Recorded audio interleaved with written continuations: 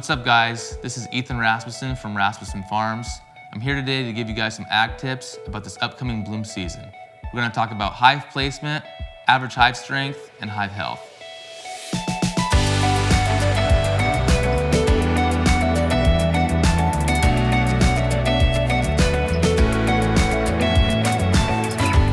For hive placement, we want to be clear on a couple of things. One is, when exactly do you need the bees delivered to your field?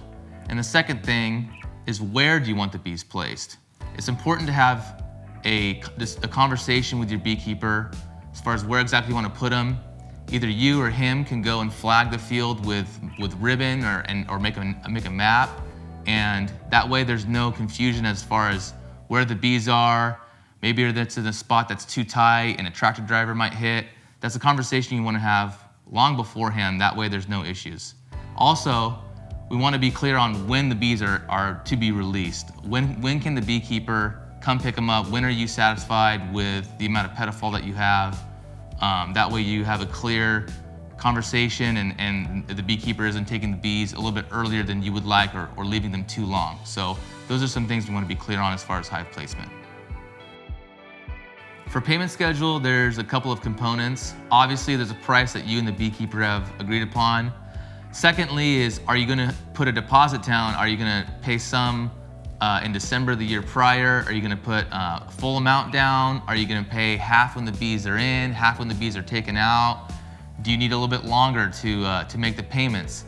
That's something that you have to be extremely clear on, and that is probably the biggest point of issue I've noticed with beekeepers and growers is there's not a clear payment schedule. That's something that you want to have extremely clear and in writing. That way there's no issues with you and your beekeeper.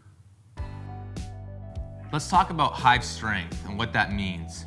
From the grower's perspective, hive strength is the most important part of this whole process. That's the key to having a crop, is to having an adequate field force in the hives to actually go out and pollinate. Now you can get away with weaker hives, but a typical beekeeper will bring in an 8-frame average, 6-frame minimum hive strength to your orchard.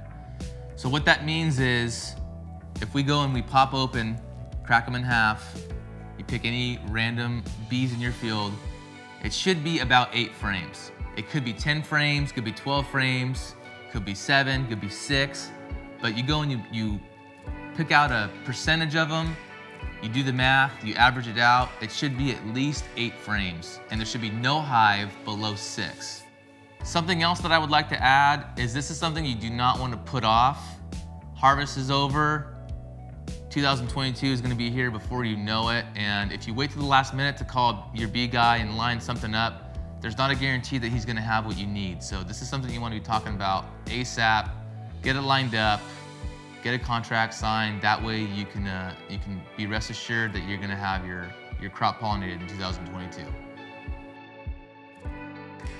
If you need any help with bees in 2022, feel free to reach out to me or at the Ag Center. We'll get you set up.